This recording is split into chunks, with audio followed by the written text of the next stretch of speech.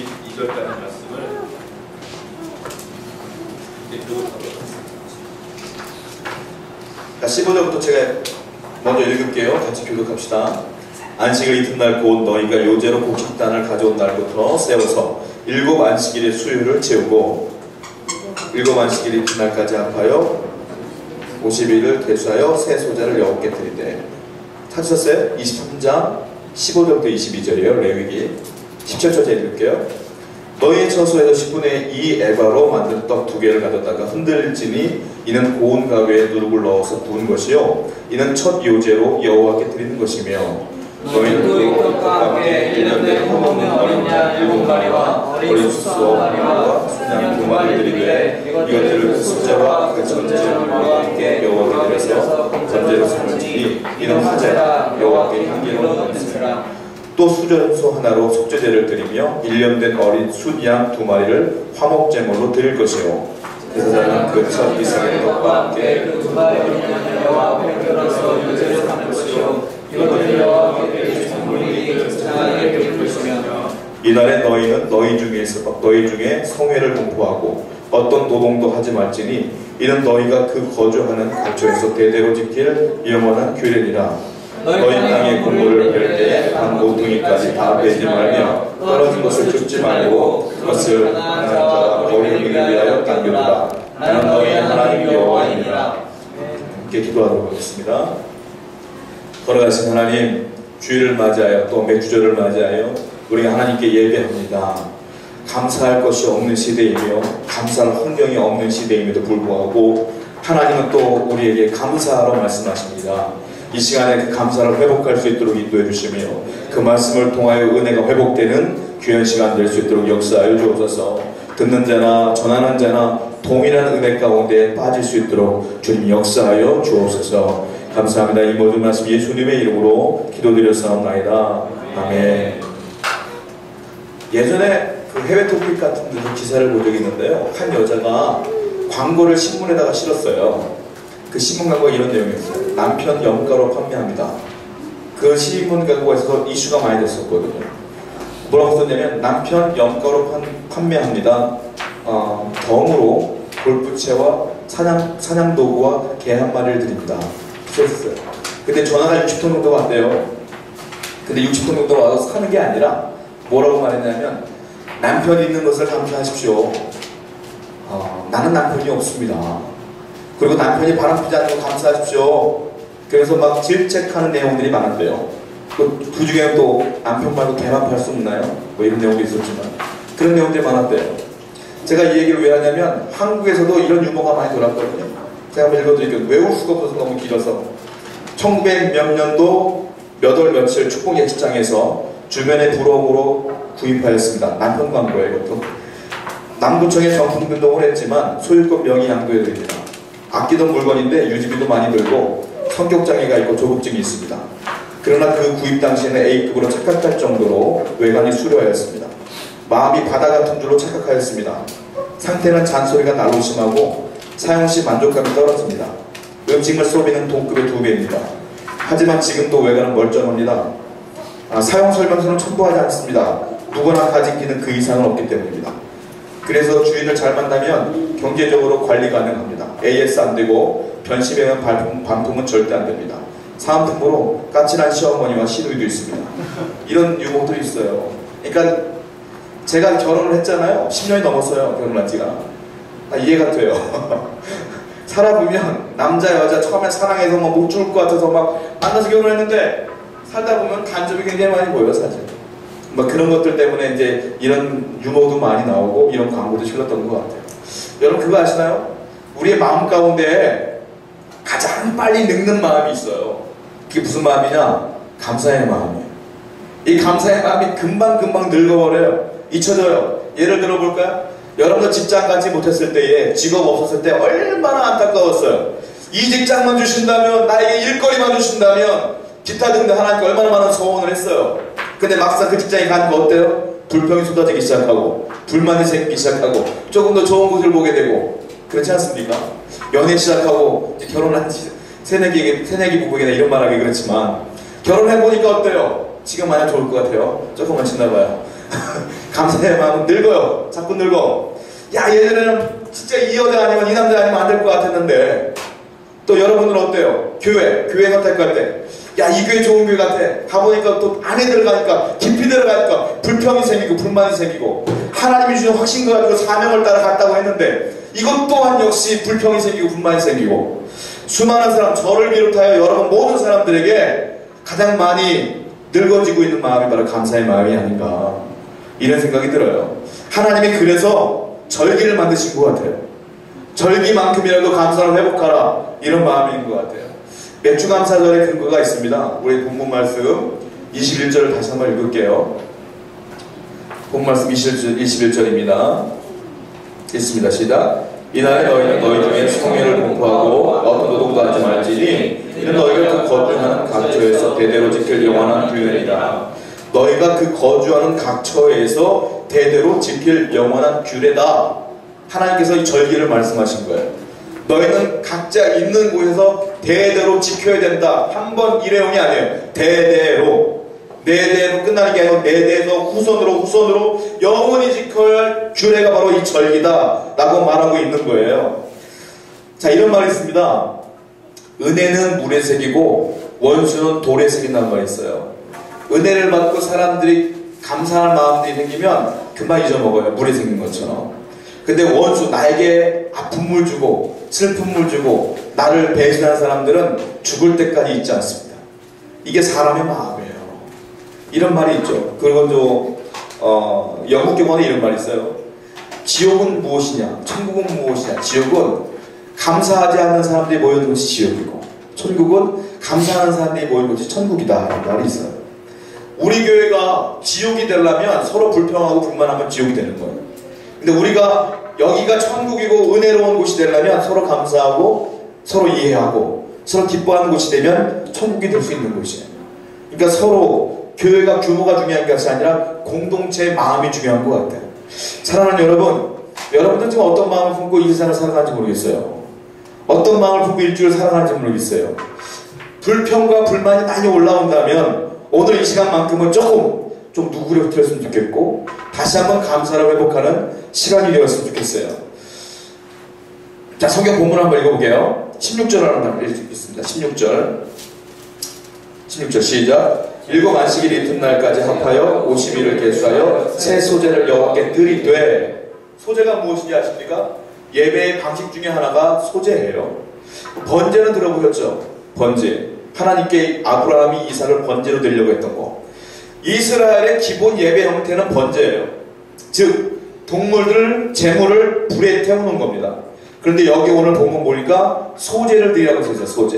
소제가 무엇이냐? 소제는 곡식으로 하나님께 드리는 거예요. 어떻게 드리느냐? 곡식을 양이 있는데 10분의 2 에바를 가지고 반죽을 하라고 써있어요. 10분의 2 에바. 1에바가 23리터예요. 10분의 1 에바는 2.3리터예요.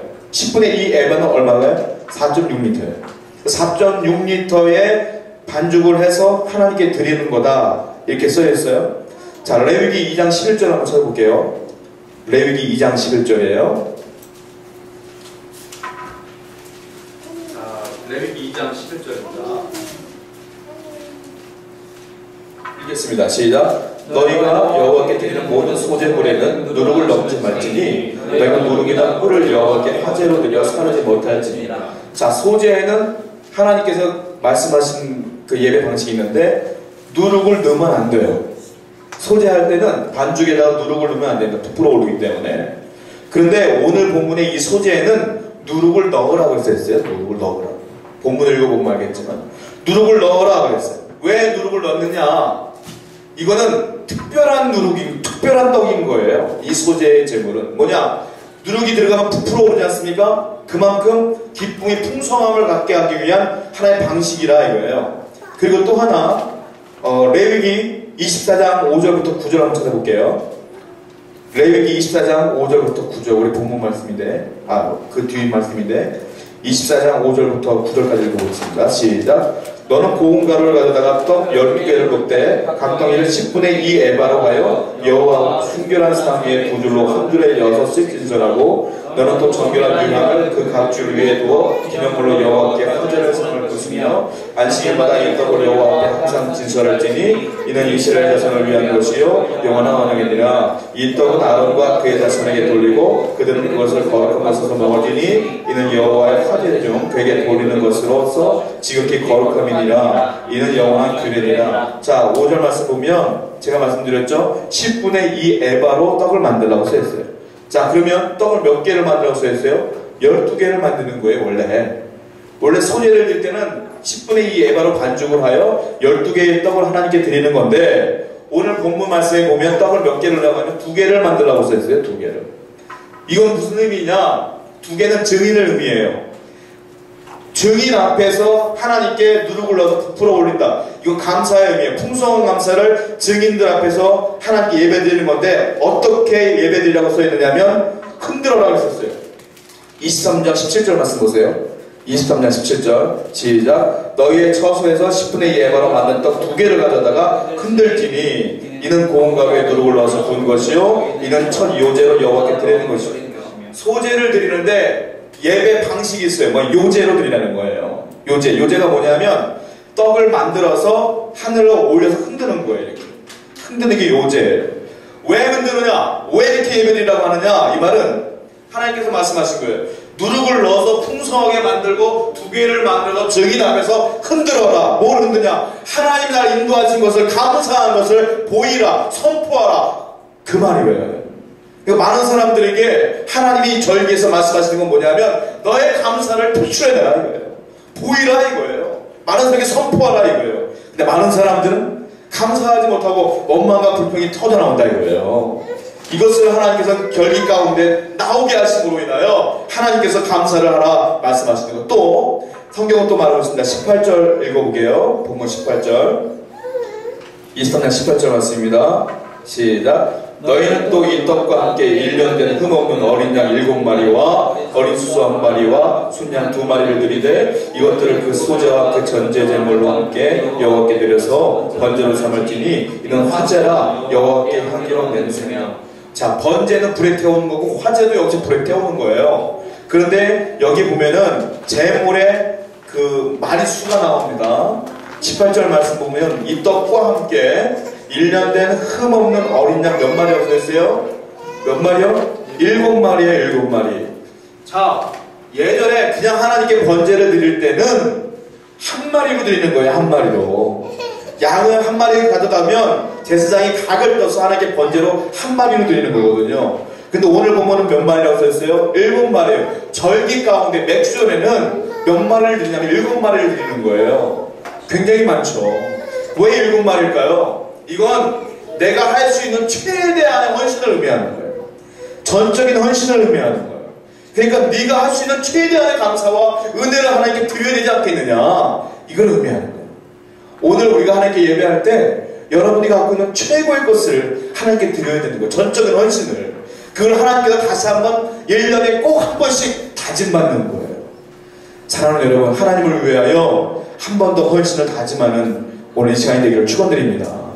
그런 마음을 가지고 드리는 것이 예배다라고 성경에 써있는 거예요. 자, 그리고 화제에 대한 얘기를 하고 있어요. 화제. 18절 마지막 줄을 보면 여호와께 드려서 번제로 삼을지니 이는 화제라. 화제다. 그리고 19절 말씀 볼게요. 19절 말씀 시작. 또 수점소 하나로 속죄제를 드리며 1년 된 어린 순양 2마리와 화목제물을 드릴 것이요. 자, 숫염소 1마리로 속죄제를 드리라 하셨어요. 속죄제가 뭐냐면 예배 형태 가운데에 성격이 있어요. 속죄제는 내 죄를 용서받는 예배인 거예요. 즉 내가 알고 지은 죄, 모르고 지은 죄, 이 죄를 하나님 앞에 나와서 용서받는 거예요. 이 양을 드림으로 인하여.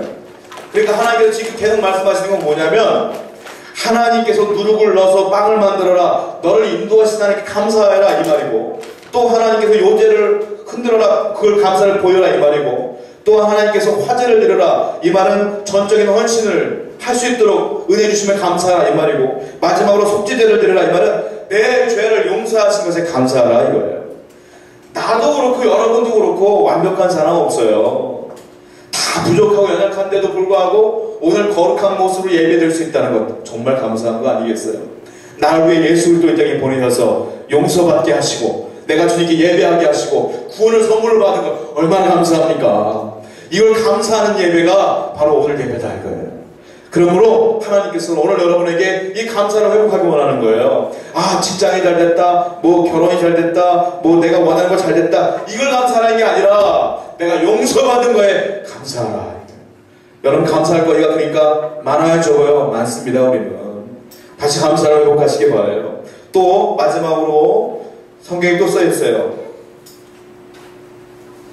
자, 19절 말씀 보니까 마지막에 뭐라고 써있습니까? 숫양 2마리를 화목제물로 드려라. 화목제. 또 화목제로 드려라. 화목제는 뭐냐면 또 제물이 마리수가 나오는데 몇 마리입니까? 2마리입니다.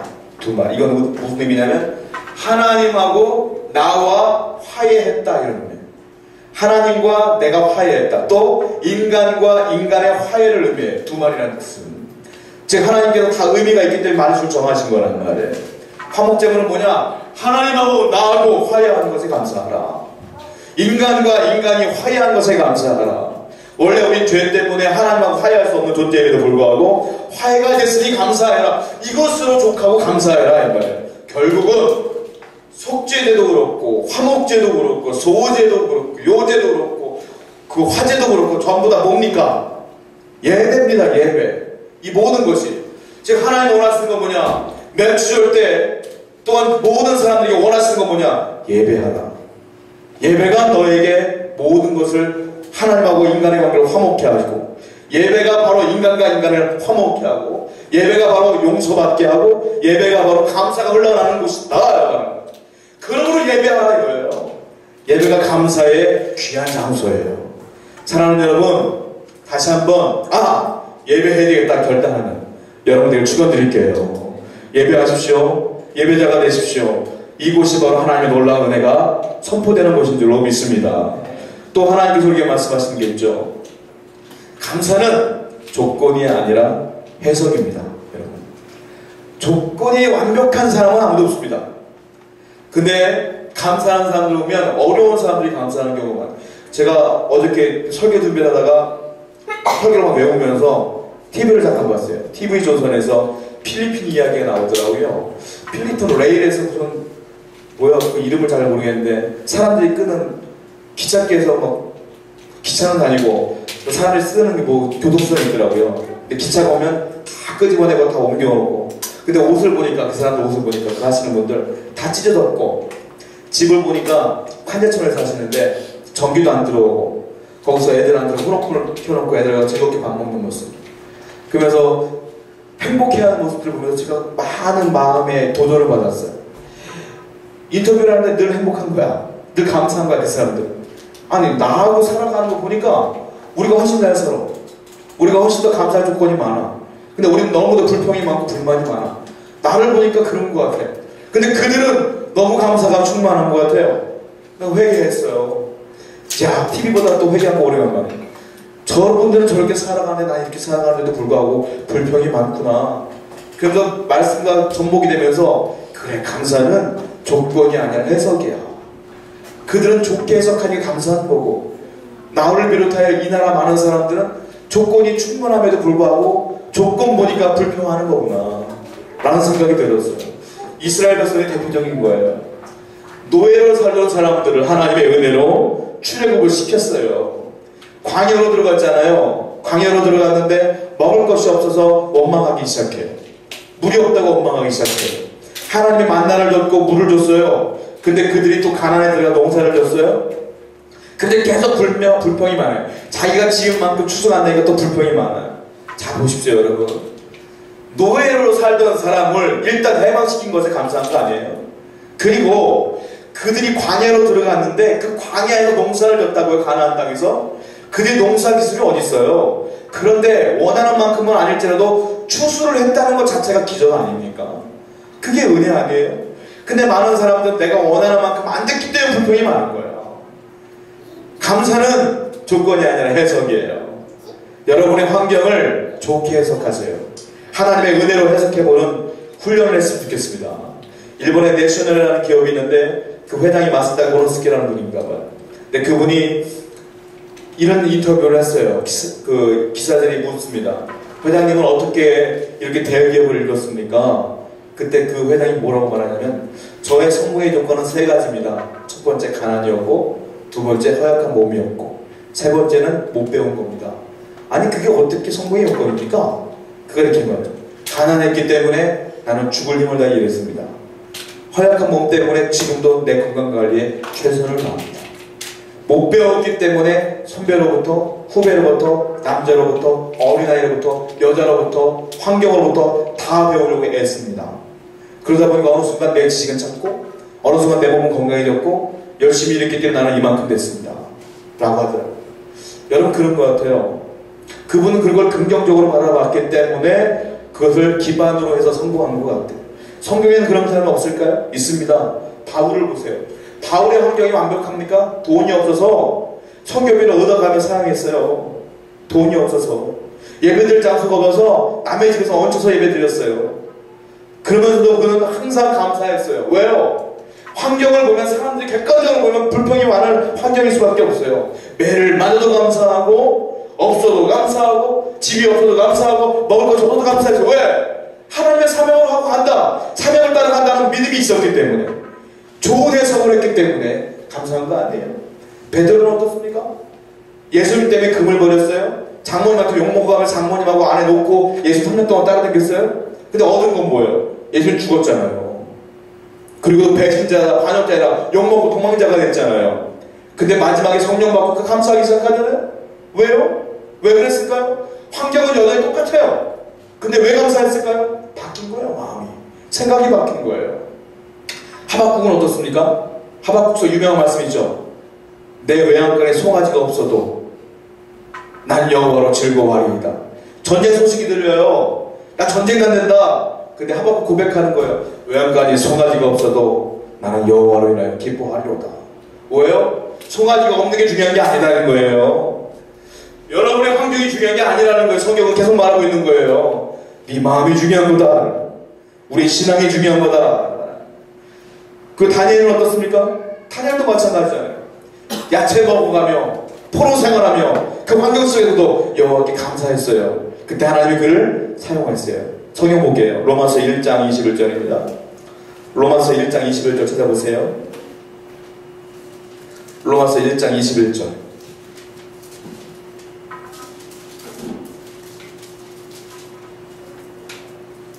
함께 읽겠습니다. 시작. 하나님을 알되 하나님으로 영원롭게도 아니하며 감사치도 아니하고 오히려 세상이 허망해지며 미련한 마음이 어두워졌나니. 보세요. 중간중에 보면 감사치도 아니하고 오히려 그 생각이 허망해졌다. 감사하지 않으면 생각이 자꾸 안 좋은 쪽으로 허망한 생각만 하게 된다. 이 말이에요. 자, 유명한 말씀이죠. 데살로니가전서 5장 18절 보세요. 데살로니가전서 5장 18절. 데살로니가전서 5장 18절입니다. 자, 읽겠습니다. 시작.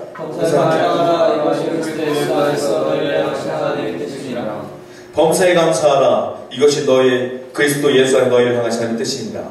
범사가 뭡니까? 매 순간순간 정말 아무것도 아니면 조그만 일까지 다 감사해라 그러잖아요. 이거 명령이에요. 하나님의 성경에서도 계속 말씀하시는 거예요. 감사해라, 감사해라.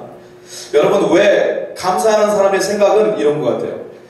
제가 그 예전에 보니까 어떤 분이 간암으로 이제 말기암이에요. 말기암인데 이분이 아내분과 함께 자전거로 전국을 투어하시더라고요. 말기암으로 선고받은 거예요. 얼마 안 남았어요, 그분이.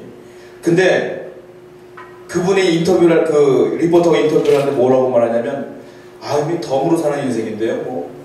그래서 웃으면서 하시더라고요. 이제 죽을 걸 인정하니까. 그래도 많이 회복이 됐다고 하더라고요. 저 그때 그 생각되면서 그랬어요. 덤으로 사는 인생이 무엇일까? 왜 죽을 고비를 넘긴 사람은 다 저렇게 얘기하고 마음이 평안해질까? 오늘 성경 보니까 그런 것 같아요. 여러분들이 왜 불평이 많냐면 덤으로 사는 삶을 인생이라고 생각하지 않기 때문인 것 같아요. 이거 다른 말로 말하면 제로 베이스. 제로 베이스에서 시작하지 않기 때문에 그래요. 제로 베이스가 뭡니까? 나는 0으로부터 시작한다. 그리고 내게 주어지는 모든 일은 마이너스가 아니라 다 플러스인 거예요. 내가 되어지는 모든 건 다 플러스인데 많은 사람들은 그걸 생각하지 않아요. 제로 베이스 인생이 아니야. 그러니까 불평이 많은 거야. 저나 여러분들이나 깐난아기로 태어났을 때부터 제로였어요. 그리고 이제까지 온 거예요. 감사한 게 얼마나 많아요, 사실은. 사실 여러분에게 말하는 게 그렇지만 교회 문제들이 많지 않습니까, 지금? 이 문제로 인한 심각한 고민이나 떠안게 담임 목사잖아요. 문제가 많고 심각한 고민이 있지 않겠어요? 그래서 제가 하나님께 기도하면서 감사가 많이 넘쳐났어요, 사실은. 왜냐? 생각해보니까 감사한 게 너무 많은 거야. 자, 보증금이 없어서 저 왕십리 디디디 클럽에서 반나절에 60만원 줘가며 예배 드렸던 우리에게 귀한 장소를 주신 하나님께 감사하고, 또 함께 예배드릴 공동체가 있다는 게 감사하고, 또 사택도 없어서 퇴직금 1000만원 가지고 들어가서 살던 우리 사택이 또 넓혀가며 이사가는 것도 감사하고, 너무 감사한 것뿐인데 어느 순간 불평과 두려움과 염려가 가득했더라고요. 저뿐만이겠어요? 여러분은 어때요? 사랑하는 여러분, 우리는 제로로부터 시작한 겁니다. 여러분의 인생도 교회도 나도 여러분도 모든 것에 플러스 인생으로 감사하며 사는 여러분들에게 축원드립니다. 자, 우리 또 한번 생각해 볼 게 있는데요. 이 맥주 감사절이라는 게요, 무엇이냐면은 이름이 몇 가지가 있어요. 자, 7월 첫 주에 보리를 처음 뵐 때부터 시작하여 7주 동안 계속 보리를 뵙니다. 그래서 이 맥주 감사절은 성경에 뭐라고 표현하냐면 77절이라고 그래요. 77절. 이 77절이 나중에 어떻게 표현되냐면 오순절로 또 바뀌어요. 오순절. 유명한 말씀이죠. 사도행전 2장에 보면 성령이 언제 내렸습니까? 오순절날 내렸어요. 성령이 오순절날 내리고 성령을 받은 사람들이 교회를 시작한 거예요. 즉 맥주 감사절은 교회의 탄생일과 똑같은 거예요, 사실. 오순절이기 때문에. 그러니까 얼마나 하나님 보시기에 귀한 건지 몰라요. 맥주 감사하며 절기를 지키며 하나님께 감사하는 사람에게는 반드시 유익이 있어요. 축복이 있어요. 그 축복이 무엇일까요? 여러분들 그 유대인들이 전 세계로 보면 몇 퍼센트 정도인지 아세요? 유대인들은 이 절기를 지금까지 지키고 있거든요. 유대인들은 세계 인구의 퍼센티지를 보면 0.2%라고 그래요. 근데 0.2%의 이 유대인들이 노벨상 수상자들은 역대 수상자를 다 포함하면 유대인들이 몇 프로냐? 23%예요. 0.2%밖에 안 되는 이 사람들이 노벨상을 23%나 수상을 했대요. 미국 인구 가운데 유대인이 2%래요. 2%. 근데 400대 재벌의 유대인들이 총수로 있는 그 퍼센티지가 얼마인지 아십니까? 약 30%라고 해요. 2%밖에 안 되는 사람이 400대 기업의 30% 정도가 총수로 있는 거예요. 타임지에서 20세기를 빛낸 위대한 인물들을 선정했습니다. 과학자 중에서는 누가 선택됐냐면 아인슈타인. 사상가에서는 갑자기 이름이 생각나네요. 다음에 누구죠? 진화론은 찰스 다윈. 그리고 심리학에는 프로이드. 사상에서는 칼 마르크스가 선택됐어요. 칼 마르크스, 그 다음에 아인슈타인, 그 다음에 프로이드, 찰스 다윈.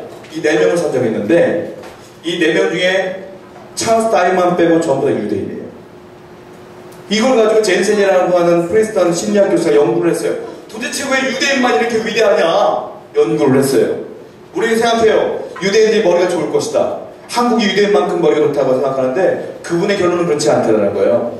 조사를 했더니 흑인이 조금 IQ가 낮대요. 전 인류적으로. 근데 나머지 백인, 황인종 다 보면 비슷하대요. 전부 다. 차이가 나도 얼마 차이 안 나는데, 물론 한국은 상위권이에요. 유대인은 상위권이에요. 근데 그 차이가 얼마 안 난대요. 그럼 머리 때문에 그런 건 아니라는 거예요. 그분이 또 연구를 했어요. 결과가 나왔어. 뭔지 아십니까? 신앙 때문이라는 결과가 나왔어요. 신앙, 어렸을 때부터 철저한 신앙 교육을 통하여 그들의 인격이 형성되어졌고, 그들은 그 신앙 때문에 하나님께 나아가는 믿음으로 집중을 하게 되었고, 열심을 다하고 끈기 있게 열정을 나가게 되었더라. 결국 결론은 신앙 때문이다라고 결론이 났습니다. 여러분, 신앙의 위대함이 여기 있는 거예요. 여러분들은 하나님 믿는 사람들 아닙니까? 이 놀라운 이 신앙 가운데 하나님 축복이 넘쳐나는 거예요. 그러므로 여러분들 감사하며 하나님의 은혜로 나아가면 여러분 누가 알겠어요? 여러분뿐만 아니라 여러분의 후손에도 위대한 인물이라는 줄 누가 알겠어요? 감사가 흘러넘치는 저와 여러분 됐으면 좋겠어요. 자, 출애굽기 34장 24절을 볼게요. 출애굽기 34장 24절입니다. 출애굽기 34장 24절. 자, 감사하는 하나님께 절기를 지키는 사람들에게는 놀라운 축복의 성경이 약속되어 있습니다. 출애굽기 34장 24절 시작. 내가 이방 나라들을 내 앞에서 쫓아내고 내 지경을 넓히리니 네가 매년 3번씩 여호와 내 하나님을 배우려고 올 때에 아무도 내 땅을 탐내지 못하리라. 매년 3번씩 여호와 앞에 배우려고 나온다. 이게 뭐냐? 절기를 지키는 거예요. 절기를 지킬 때 어떤 축복이 있습니까? 내 지경을 넓히리니. 하나님께 감사하며 예배하는 백성들에게는 하나님이 그 백성의 지경을 넓혀주십니다. 이걸 믿으시기 원합니다. 여러분의 지경이 넓어질 거예요. 지경은 희미하고 아무것도 아닌 것 같아도 여러분의 지경은 분명히 넓어질 줄로 믿습니다. 성경이 또 써있어요. 시편 50편 23편 보세요. 시편 50편 23절입니다. 시편 50편 23절 읽습니다. 시작. 감사로 제사를 드리는 자가 나를 영화롭게 하나니 그의 행위를 옳게 하는 자에게 내가 하나님의 구원을 보이리라. 감사로 제사를 드리는 자에게 하나님 뭐라고 하냐면 그가 나를 영화롭게 하는 거다. 네가 감사하며 예배하는 것이 나를 영화롭게 만드는 것이다. 그러므로 나는 너에게 나의 구원을 보이리라. 이게 뭡니까? 너에게 기적을 보이리라. 너를 보호하리라. 네 앞에 내가 일하리라. 이 말 아니에요? 하나님의 놀라운 은혜가 예배하고 절기지키며 감사하는 자에게 나타난다 이거예요. 그러므로 여러분이 예배의 성공자가 되시길 축원드립니다. 감사에 실패하지 말고 다시 한번 하나님 앞에 감사하는 여러분 되기를 축원드립니다. 기도하겠습니다. 함께 기도.